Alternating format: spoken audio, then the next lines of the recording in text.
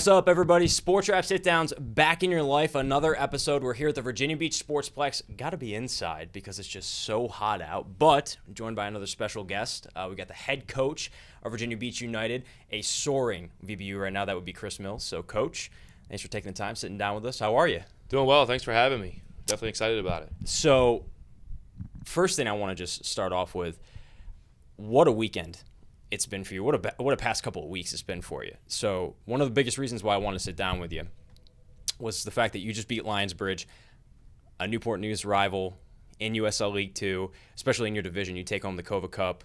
Well, I guess it's not here right now, right? But winning the Kova Challenge Cup up in Newport News for the first time in VBU's history. How cool was that moment? Yeah, I think it was definitely exciting for us as a program here to win it for the first time in program history. As you mentioned, we still don't know where the cup is, so hopefully we can get that soon. Yeah. The players are super excited about it, though. I know I've heard a lot of it, last year just coming in as my first year and about the rivalry. And I would argue I don't know how much of a rivalry it's been, for the first 4 or 5 years. Just with the results haven't really gone VBU's way. Yeah. Now, to be fair, I think the past 2 years we've kind of changed that a little bit. I think we're 1 win, 1 loss, and 2 draws against them. So I think there's probably a little bit more a rivalry now. I think that we have the group here now that's putting pressure on more teams, and our guys are believing what we're capable of doing. So it was definitely an exciting win for us. The guys were pumped about it, and there's still a lot of soccer left to be played though. Absolutely. I know that last year was their first ever playoff appearance for you guys since the origin of the club in 2019, the first season of the club in 2019, I should say. Now that it's your second season as the gaffer of VBU, what have you learned from year 1 to year 2? I think the biggest thing for us is, I want to make sure that we keep a high standard for our players. Mm-hmm. I think the success that we had last year helped us in attracting players to wanting to come here. So that's obviously beneficial for us as a group. Now, within that, you want to make sure you have the right players. I think the right players build the culture, the team, and, we got to make sure everybody's on the right page. And so that's something that we look forward to as well. My biggest thing with the players when we get them is I want to help them to continue to develop, because I recognize that, they're getting ready for their college seasons. They're getting ready to go on pro trials. So every single day, we're trying to make them better soccer players, better people. And at the same time, we want to get results, right? I mean, that's the biggest thing too, is we still want to win, but we also want to make sure we're kind of encompassing everything in that with them, like I said, as players, as people, managing their bodies as well throughout the summer, because it is, although it's a short season, you play a lot of games in a short amount of time. So making sure it is, so making sure we manage that, as well is huge. One thing that I thought was just so, I think, awesome to see really was the power rankings that came out in USL 2, and you guys came in this week 6th out of 144 teams. How flattering is that? Yeah, I mean, it's great to see. I think the hard work the guys have put in have kind of got us to that point. I would say earlier in the season there were some moments where I was kind of thinking, what are we doing? We need to make some changes. We need to be better. We need to find what suits us best playing style-wise. And then, I think the loss here to Annapolis was kind of that tipping point for us where we knew we had to make some adjustments. And the guys have really bought into it. We changed a lot of things. Our mentality has kind of shifted a bit. And so we put a lot of work in. I mean, last week we had to go play against Annapolis on the road and against Lionsbridge on the road, which is 2 tough rivals for us. And, we were able to come out on top in both those matches. So I think it was a big moment for us. At the same time, we want to make sure that we understand there's still, several games to be played, and nothing has been clinched yet. And so we want to make sure we keep working hard. So while it was a big moment for us, we still just have higher goals and expectations for our program here. Top 2 teams in the division clinch a spot in the USL 2 playoffs. I believe you're 8 points clear right now. You may have a game in hand. Yeah, a couple games. Yeah, but seeing that separation in the top of the table, that's got to feel pretty good, knowing as long as we take care of business, we kind of control our own destiny a little bit to get into the playoffs for a second straight year. Yeah, it does. I think for us, it's been the talk with us, coming back from that Lionsbridge game on the weekend. We had a little meeting before training, and we just said, like, nothing's been been set yet. Yeah. So we have to make sure that we move on from that. And I know it was an exciting win. It took a lot out of us. But we have to move on, and we have a couple big matches coming up. Now, obviously, we have put ourselves in a situation where we control everything. Right. As long as we come every single day and prepare and come into matches prepared and actually showcase what we're able to do, then we'll be in a good spot. So we've done ourselves a good favor by getting those results, and now it's just you have to show up every single day, and you can't take anybody for granted in this league. I mean, every team has talented players that are capable of unbelievable moments. So you have to stay turned on at all times. That Lionsbridge rivalry, like you said, it was not competitive, from 2019 until, very recently, right? How good is that for your team? I know you have local guys on this roster, local guys who, went to college here in Virginia, but when you compare the two sides historically, and this is a testament to them and their ability to recruit and their longstanding history that they've had in this area, but you have dudes that you get from overseas that play for Lionsbridge that come in to play for them, Power 5 guys, right? So, I mean, when you look at how good it's been, especially the past couple of years since you've gotten here, talk about that matchup and how good it's been just for the soccer community in Hampton Roads. Yeah, I think for me, obviously, and this is something that I mentioned last year, my first year here, is I'm a local guy. I'm from the beach. I grew up in this area, so I feel like I have a pretty good, thumbprint on what beach soccer is. Yeah. And not even just the beach, just the Hampton Roads area in general. So, obviously recruiting a lot at the college level. I knew a lot of players, even if we didn't get those players to come play at the college level. I knew who to reach out to help us become successful pretty quickly. And so that was really my goal, is to come in and try to bring the right guys in.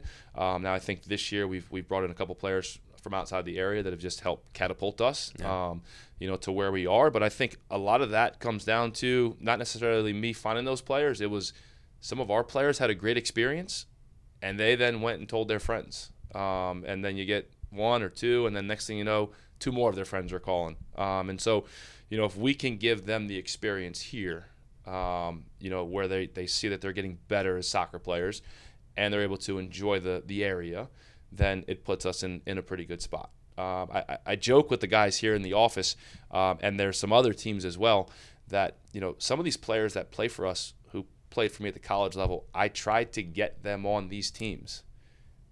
And they were told they were going to have to pay to play. Yeah. And some of those guys are our best players now. Yeah. And it's a kind of a thing I joke with the guys here about, is this could have been going on for a long time here. The players were right here in front of your faces. Virginia Beach has excellent high school soccer too. Yeah. I mean, it translates from a high school level, and especially in this area. I mean, we had state champions, countless state champs the past handful of years come out of this specific part of Hampton Roads. But I mean, even on the peninsula, you have great soccer too, and then Norfolk has solid soccer. This is a golden area for this sport. What I'm curious about is, when you came in, you brought guys. Now you were the head coach at Virginia Wesleyan, brought the team an ODAK championship, right? So I mean, you brought in Division III guys. You brought in your guys from Wesleyan, and you're talking about the rest of the league having really high-level dudes that go and play in the ACC. Yep. Being able to compete, what do you think that says about the separation between an ODAK team like Virginia Wesleyan, those players, and then guys in the ACC? I mean, is that gap as wide as people may think it is? I don't think the gap is as big. I think sometimes with an ACC-type school, you probably have the depth to have more players. But I found out pretty quickly last year, and I think some of the players found that it's not always about what school the kids go to. Yeah. There are some high-level players at all divisions. And my mentality coming in, obviously, as a Division III guy, I knew that, right? Because as a Division III coach, we've played against Division I's and Division II's in the spring season. Yeah. And I've seen other ODAK schools do the same thing and have had positive results. So, as far as like where the players play at the college level, I don't really take that into consideration.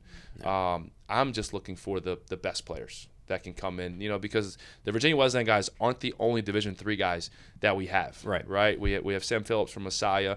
I know Aiden Cass is injured right now, but he plays at Lynchburg. Those are two local guys that are Division III guys as well. We got a couple Randolph-Macon players who train with us.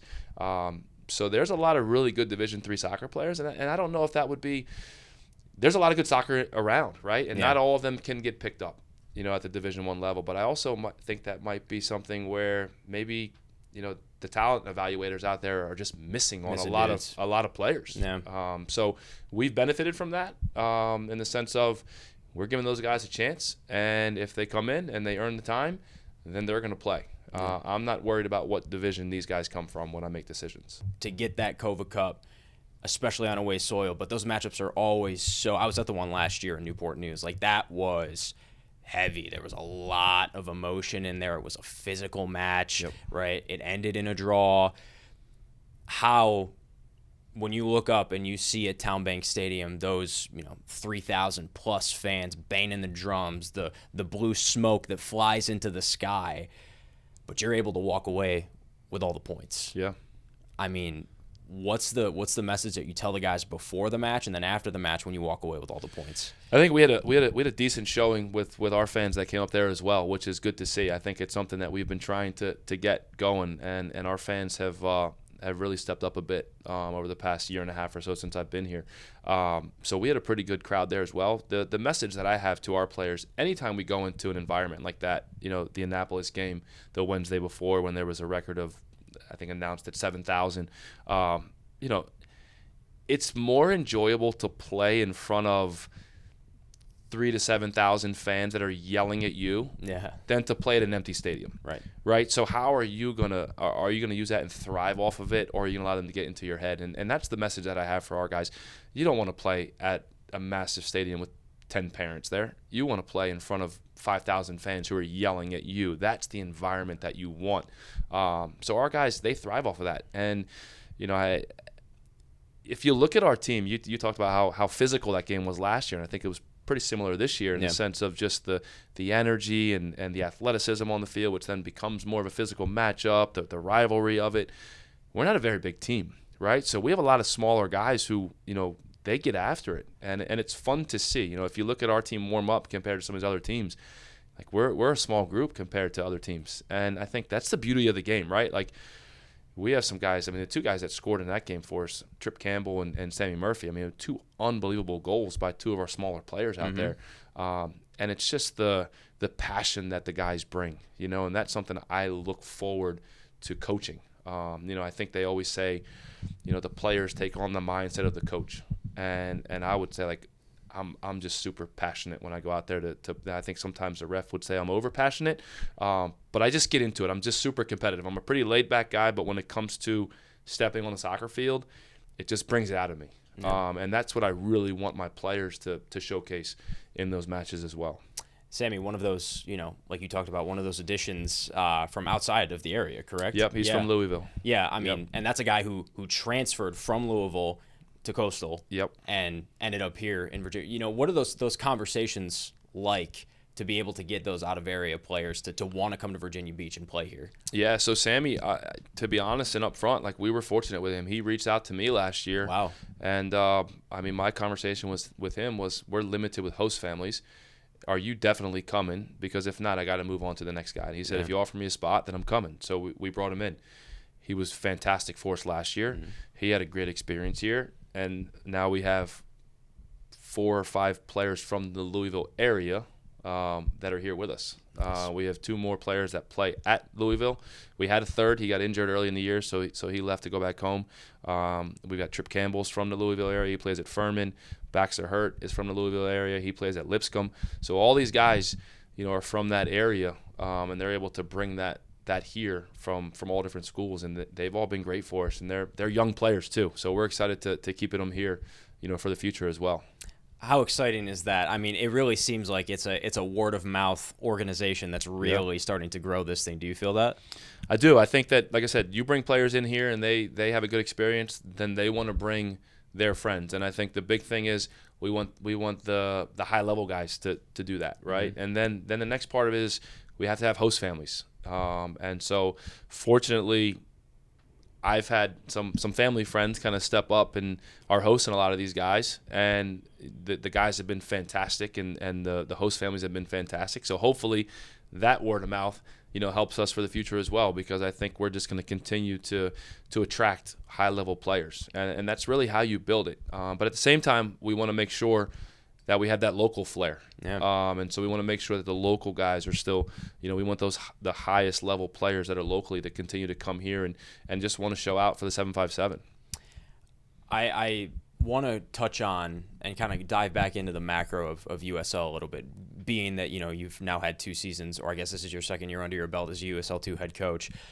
The proposed plan of elevation and relegation in USL, and I know that USL 2 does not fall into that umbrella. I know that getting back to like a USL 1 or something like that, that's a different story. It's not a promotion relegation type of thing. But given that American soccer is starting to fall into the system of promotion relegation, and they are very far behind that, the 8 ball, in my opinion. Yep. Getting that, maybe even for USL 2, how exciting would that be, not just for a team like Virginia Beach United, but for the American soccer system as a whole, to get a promotion relegation opportunity? Because given the season that you guys are having right now, if there was an opportunity to promote, you would be right in that picture to be able to go into one of the top couple of leagues in the American soccer system. Right. No, I think it's something that we're way behind on.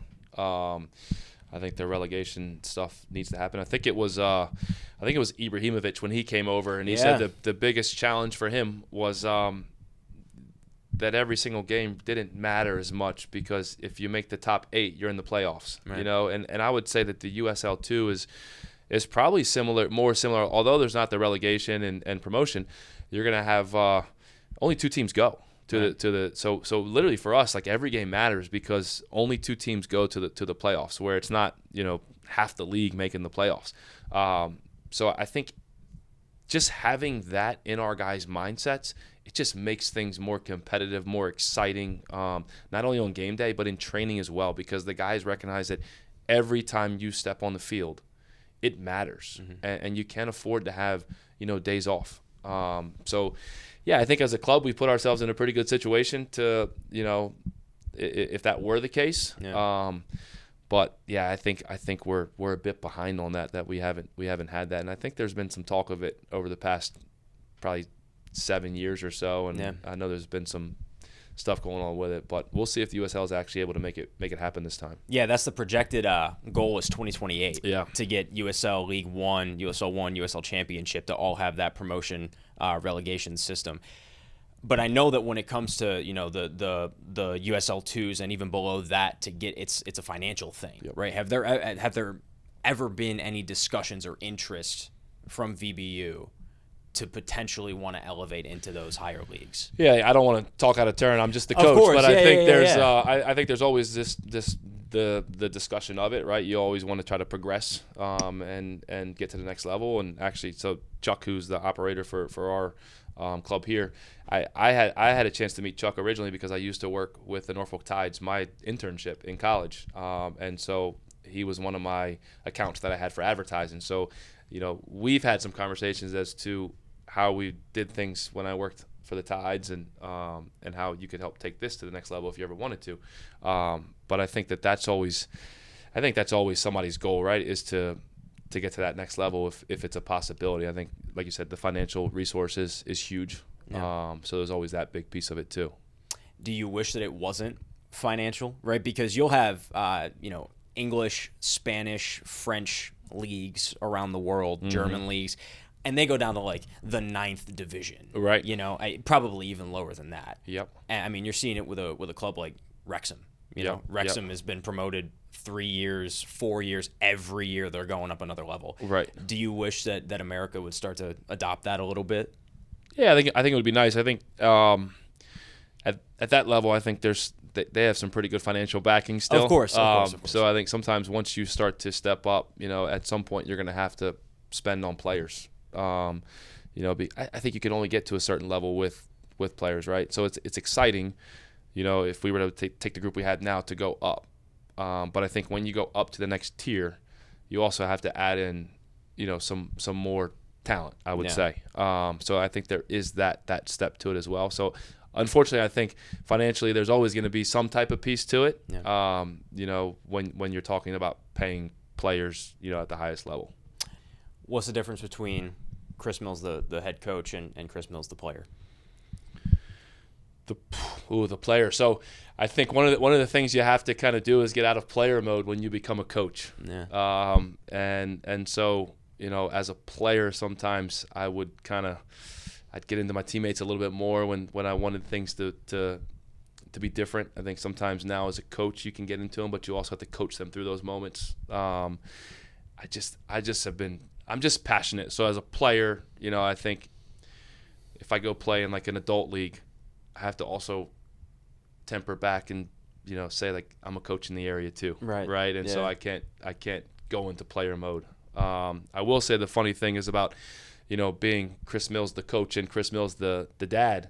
I've had some referees tell me in the past at the college level that I've changed, and that I've kind of toned it down a little bit. Wow. When you become a parent, I think you just things change for you. You have perspective on things a little bit differently. So that was kind of an interesting thing, that I heard. But I think just when you're around the game, like you are who you are, and I'm, like I said, I'm just passionate about it. So, I want to be really good. I hold my players to that standard, and everybody around me, I want them to be up to that standard as well.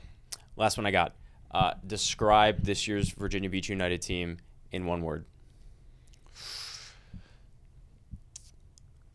I'm going to use relentless, and the reason I say that is I've heard somebody else say that after the match the other night, and it's been used a couple times since then. And I think for me, what I want from these guys is to, I think some of these players don't even realize how good they can be. And so as a coach, like I want to bring that out of them. And when things aren't going your way, you have to bring that relentless attitude to everything. And it's how I approach it. If I want to get something done, I'm just relentless with it, and I'm going to work hard and, like I said, hold people accountable around me to get there. And that's what I want from the players too, is just, that never give up attitude, that just fight all the way till the end. And when you do that, you can be really successful in not only soccer, but in life as well. So that's the word I would go with, relentless. Relentless. Well, VBU continuing their relentless push toward their second straight USL2 playoff berth. They're winding down the season now. A couple more games to go before we get to that point. But Coach Mills, thank you so much for the time. We're going to be back out here at the Sportsplex, highlighting the team, working with the team throughout the rest of the season as they try to make that push for the USL League 2 playoff championship. Awesome. I really appreciate it. Thanks for having me. Awesome. All right. Coach Mills, we will check in with him later in the year, and then we will see you on the next episode of Sportswrap Sit Downs. See you, everyone.